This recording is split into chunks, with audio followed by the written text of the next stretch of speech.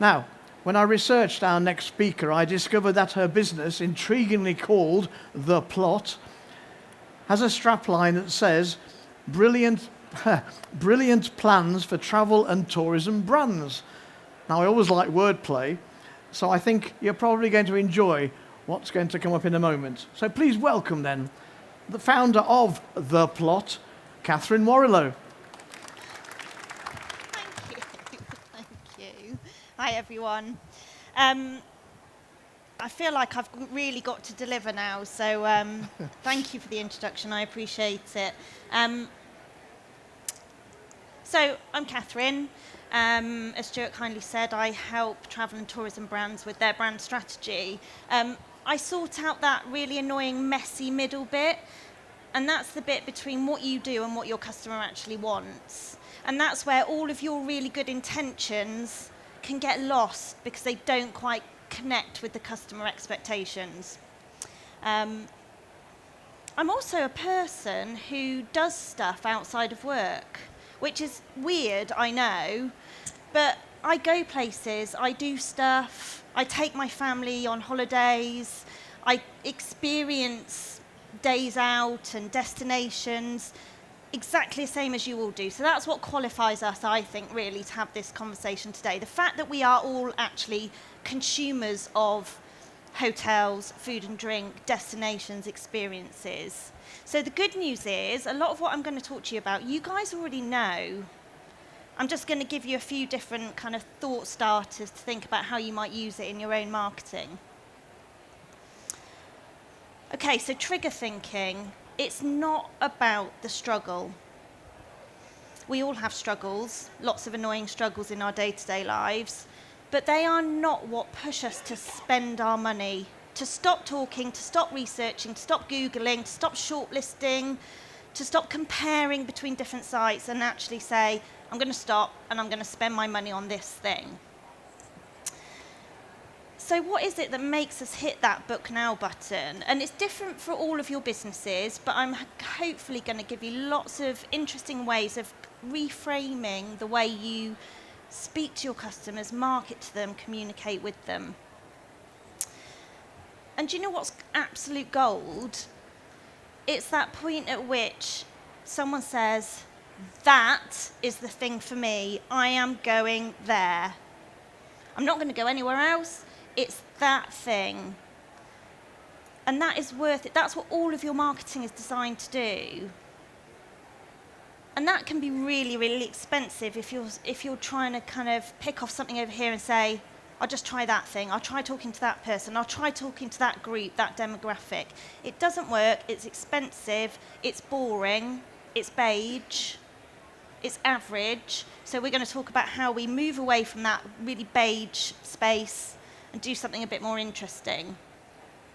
If you can make your audience feel the excitement and anticipation of a visit to your attraction or experience, destination, day out, then they start advocating for you before they've even been.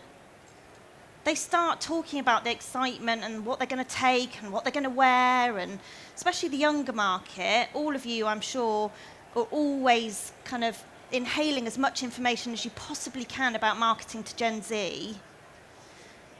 If you can make the anticipation stage as important as the experience itself, then you're getting 3-4 times as much marketing bang for your buck. So what is a trigger? What am I actually talking about? So this isn't a dark art. This is not some mysterious dark corner of the marketing space where you're like, oh my God, I do not know what this thing is. I know marketing. I do not know the difference between a struggle and a trigger. You'll be glad to know it's not a mystery. You're probably doing some of it already. It's just a case of capitalizing on what you're doing well and doing it slightly differently. Okay, put your hands up if you're in your 40s, mid-40s. Quite a few of us. What happened to us?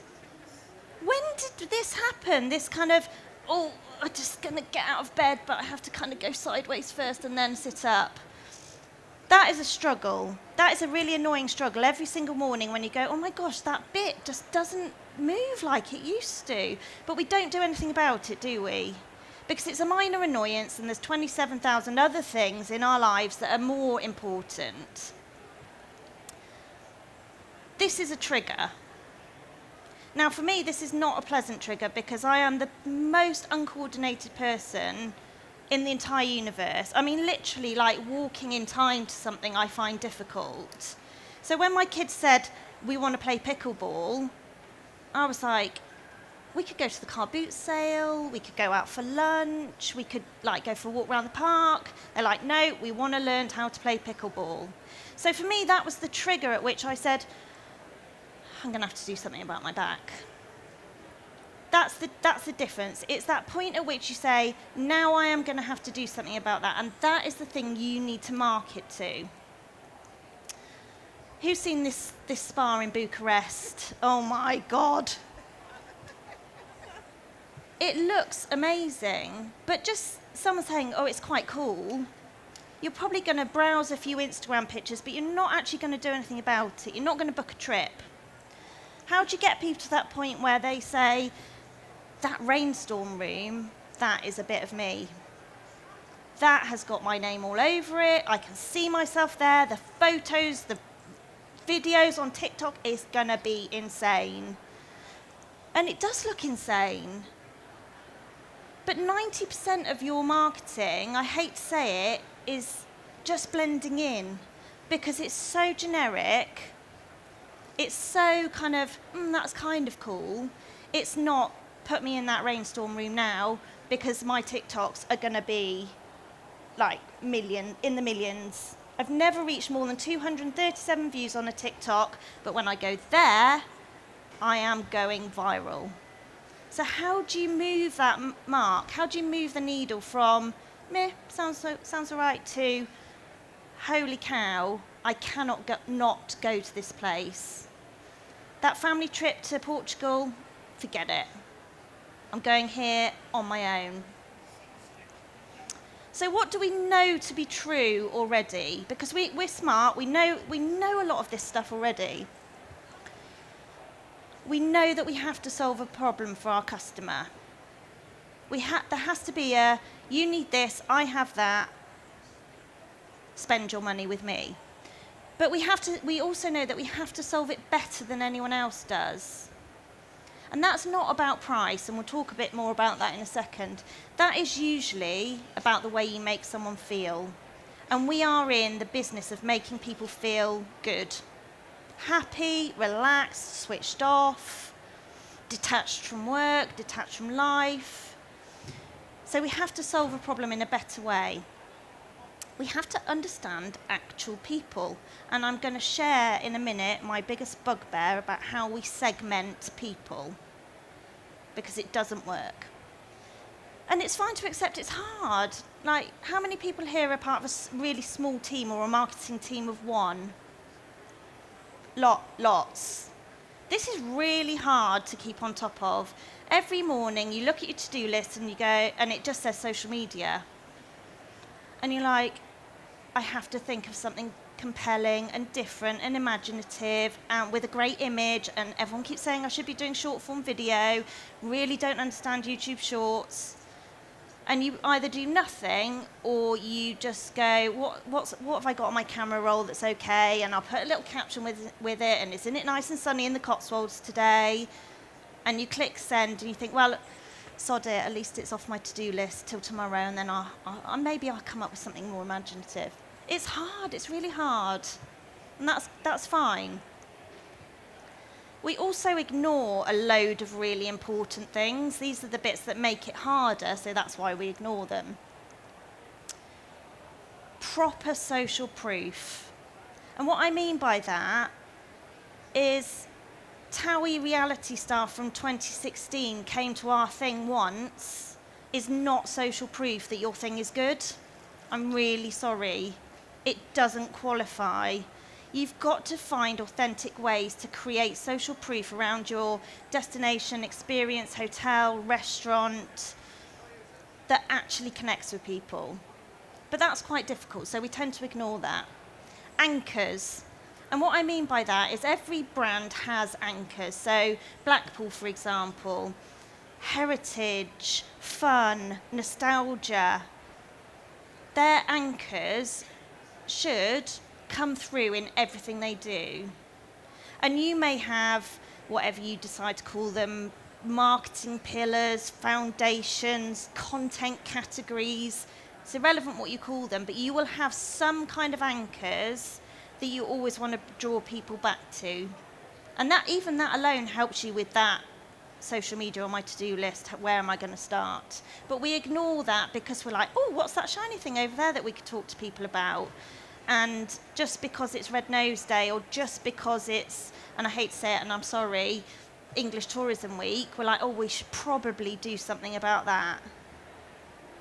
That's not necessarily the case. Your customers might not care about that thing that you think you should post about. So what are those anchors that people actually care about?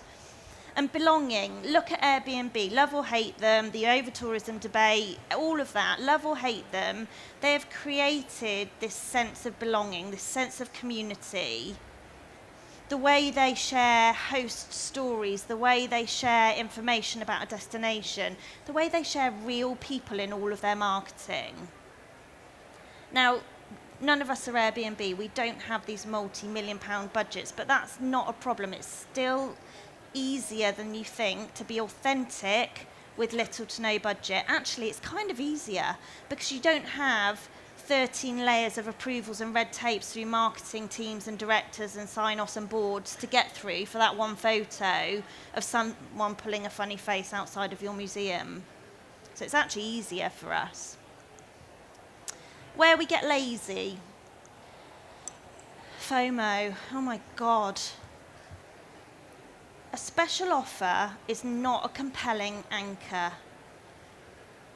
Bog off is not a compelling anchor. Prices go up tomorrow is not a compelling anchor. So using fear of missing out around things like price just pushes us further in that race to the bottom, and that's not what we're in it for. We're not in it to discount our products and services, to be cheap is best. We're in it to be experience is best. Memories are best, photo moments are best. Authority, wheeling out a professor with some data relevant to your thing is boring. I'm really sorry. It's dull. People don't care. Unless you are like splitting atoms in ways atoms have never been split, we do not need a professor or a psychologist or a doctor or even a celebrity. We do not need a celebrity to tell people why our thing is really good. We need other customers. We need advocates. So we need to tell stories. Loss. Loss is about saying, oh, well, if you don't buy our thing, you're losing out. And it's insulting to the customer. But we think that kind of, in the same way we use fear of missing out, we think loss is a good way to market, and it's not. Oh, well, if you don't put your child in Clark's shoes, you're going to cripple them for the rest of their life and they're going to walk like a hobbit. What you stand to lose is not a good marketing tactic. We're smarter as consumers than that. We see straight through it. And that fits in the guilt element as well. And imitation. Don't copy what other people are doing. Even if it gets today's social media post off your to-do list quicker, find your groove, find your vibe, find your anchors, find your story. Talk to your customers. It astounds me how infrequently travel and tourism brands speak to actual customers. Did you have a nice time? I mean, why do we forget these things are so important? We get so busy, and actually, if you did no marketing, no PR, nothing over the next month, but you spoke to 5 customers, I guarantee you would be in a better position, a far better position. And you'd be like, oh my God, this has been an epiphany. Why did we not do this before? But we get busy, so it's hard to build these things into our day-to-day marketing lives. Okay, a little recap. We know we need to solve a problem. We know we need to create moments.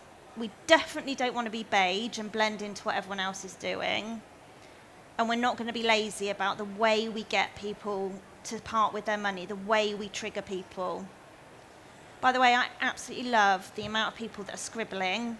That absolutely fills me with joy. If you also want to chat afterwards or you want the slides, then come and grab me. I'm around all for the rest of the day, so I'd love to chat to people afterwards. Okay, we're getting closer to an answer, which is a relief, really, because if I left here, then it would be a little bit disappointing, wouldn't it? This is what triggers people. It's emotion, it's purpose, it's our values, it's our inner beliefs. It's not, I'm afraid, voted number one. It's not recommended by.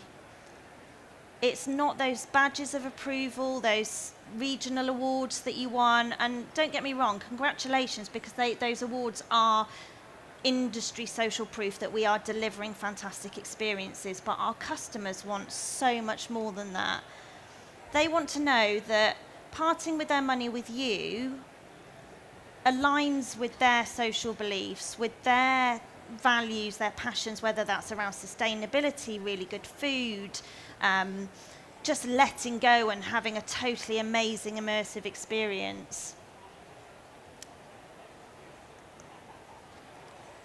This is the number of messages you are potentially bombarded with every single day.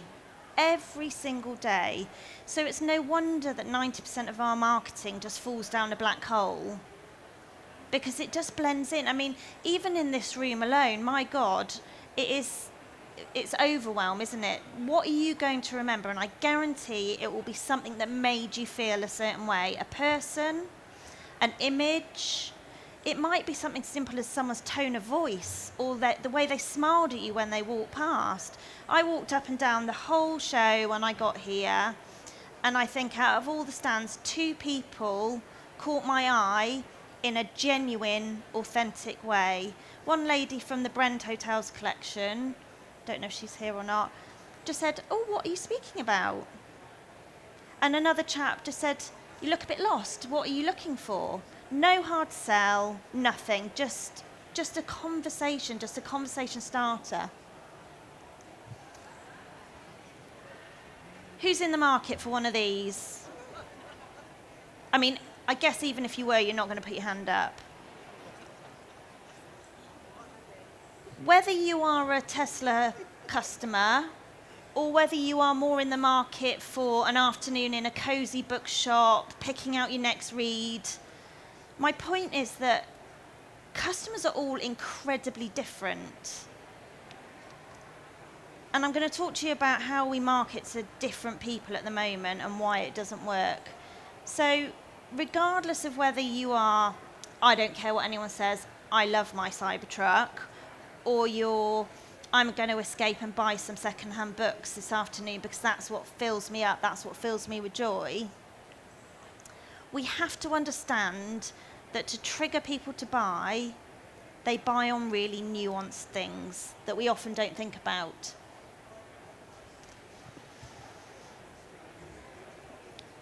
This is a trigger. This is that moment at which you go, where are we going to go? I am booking something. And bougie means different things to different people. It might mean that Bucharest spa. It might mean an afternoon in a bookshop with a pot of tea and good company. It means different things. But this is that enough is enough moment. Enough is enough is a trigger. But it's very different to marketing through guilt or loss. But how do you market to this when someone needs something specific? Think about how your marketing talks to people. Does it scoop them up out that moment of kind of life is shit and say, I have the answer for you. It's a spa. It has a rainstorm room. You are going to look so good in those pink and purple and blue and green lights under our palm trees on your TikTok and potentially on your Match.com, is that? This is probably not still a thing, is it? I missed out on the whole online dating era. I'm not going to give another example because I'm scared I might pick one that's really inappropriate and that you're actually not supposed to be on or something. But this is a trigger. Work sucks. and I just want to get away from it all and post fun TikToks with Sabrina Carpenter songs in the background and stand in front of a waterfall and it all be lovely and glamorous and tranquil and nice. This is the work chat. Everyone is WhatsApping saying where they're going on holiday and you haven't booked anything. And you are at that crunch point of, why haven't I booked myself a holiday? Everyone's going to these interesting places. Everyone seems to find better things to do than me. I'm ready to book. I want to share on that WhatsApp group that I am going to somewhere no one's ever heard of. I've discovered it. Please don't get me started on hidden gems. Please don't put hidden gems in your marketing ever, anywhere. Otherwise, we can't speak again. It's more than that. It's more. It's so much more. It's my birthday and I need attention. Please spoil me. As much as I say special offers and flash sales and things aren't a hook, aren't an incentive, if you do surprise upgrades for people's birthdays, then great, talk about it. Talk about how you embrace moments of celebration, birthdays, anniversaries, engagements. Talk about that and use it to your advantage. I'm not saying you need to find out when Sandra, who's coming on your next coach tour's birthday is, because that is a lot of effort. But talk about how you celebrate moments with people and for people and how you make them different and special. Because we all know that it's not expensive to do surprise and delight. We all know that when someone comes in with the I'm going to be 50 badge and her friends have dressed her up to look like a right idiot and they've even given her a sash like she's getting married or something, but she's going with it because she thinks, do you know what, if they know it's my birthday, something fun might happen here. And hopefully you get given a free glass of champagne, not like a cupcake that they just found in the cupboard or something. But talk to people about how you use those moments. Okay, I'm going to make this really easy for you to do useful stuff with. What do people actually book? All of these things that are driven by emotions and thoughts and feelings. This is what people book based on. Life goals, a release from a really demanding job. They don't book this, unfortunately. And luckily, in my gaze from here, I can't see any images like this. But this is not real life. This is not what people book. People book the rough and ready, taken in a hurry photo that captures that really awkward, funny smile, or the kid picking his nose, or whatever else is going on in real life. Not this. Okay, who isn't booking? None of these people are booking your thing. Gen Z aren't. Women with kids aren't. Empty nesters with a bit more disposable income than they used to have aren't. Men who like extreme sports aren't. None of these are. Bargain-loving Brits even aren't booking your thing. Of course, all of these people are booking, but not defined like this. This is who's booking. Lovers of beautiful green outdoor spaces who want to escape from it all, be surrounded by tropical, idyllic greenery. People with a penchant for pistachio cream and chocolate. The Dubai chocolate thing just went wild, didn't it? That's how you categorise someone. Fashionistas who make cardigans look amazing. These women who make like granddad cardigans look incredible. I mean, I don't know how it's possible, but they are a demographic. Not women over 30 with children under 3. That is not a demographic. Travel industry conference goers who work too hard, like all of us. Get really specific with how you trigger someone to buy. Okay, what are you going to do now? How are you going to make people go, oh my God, that's the thing, it's the thing I need to go and do. I can't cope if I don't go there. How are we going to do that? Get repetitive. Repetitive isn't boring. Just because you've been looking at that social post for the last 3 weeks, or your boss has sent it back 7 times and now you've seen it 32 times, doesn't mean your customer's going to see it. They may see 1 in 32 of the things you do. And stay consistent. Keep coming back to those brand anchors. Keep coming back to the same key messages. And be situationally relevant. What are people talking about right now? And don't be lazy. Don't fall back on those old marketing techniques that we know don't work, because they don't tap into the way people buy. If nothing else, figure out who is ready to throw their money at you. So I'm going to shut up. I hope you take something from this talk that helps people shut up and give you their money. And I think, hopefully, we've got a couple of minutes for questions. Now, this is the slide that you take a picture of. And I stand really still because then I don't get a closed eye shot. And I smile. And you put it on LinkedIn. And we all have fun. Thank you so much.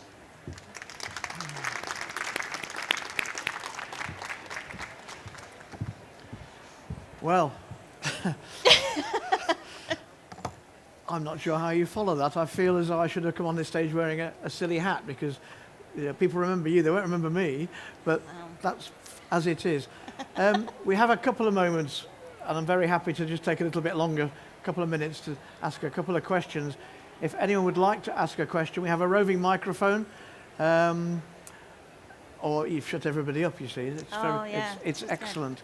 Lady at the front, Jackie, can you tell us who you are and who you represent, please?